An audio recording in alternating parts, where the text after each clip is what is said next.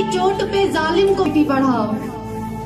सब कहते हैं हमारे भारत ने बहुत तरक्की की है, बहुत आगे बढ़ चुका है भारत हमारा, लेकिन क्या लोगों की सोच ने तरक्की की है? जी नहीं।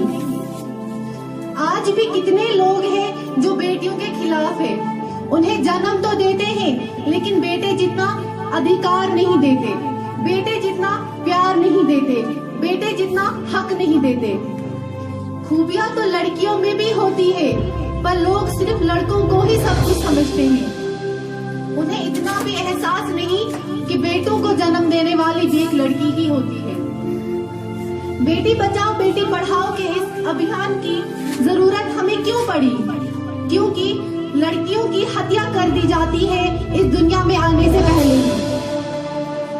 अगर वो इस दुनिया में आ भी जाए, उन्हें उनका हक नहीं मिलता, उन्हें पढ़ने का हक नहीं मिलता, उन्हें जीने का हक नहीं मिलता। इन्हीं बातों को नजर में रखते हुए हमारे प्राइम मिनिस्टर श्री नरेंद्र मोदी जी ने 2015 में बेटी बचाओ बेटी पढ़ाओ अभियान स्टार्ट किया,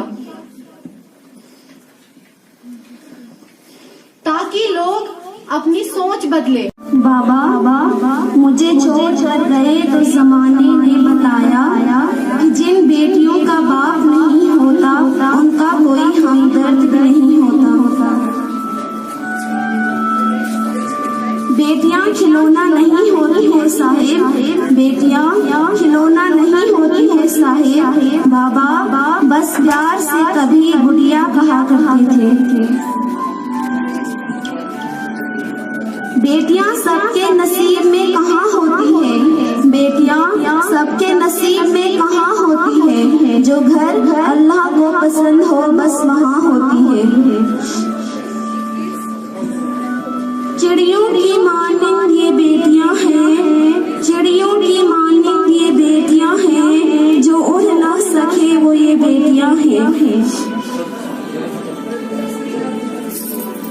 मायका भी होता है और ससुराल भी होता है, मायका भी होता है और ससुराल भी होता है, मगर घर न जिनके वो ये बेटियां हैं। What are the circumstances or whatever the ways it happened recently as well as a few months back. So this is something that is not good for society.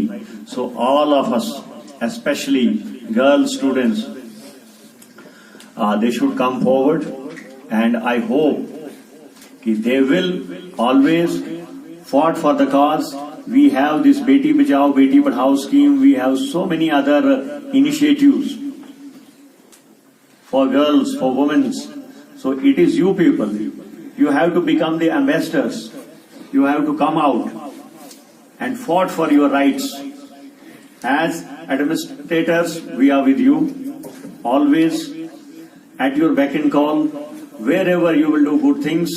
Besides your education, education is important because that gives you livelihood towards your old age.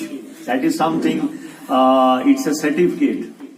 You study, you got a job and all that.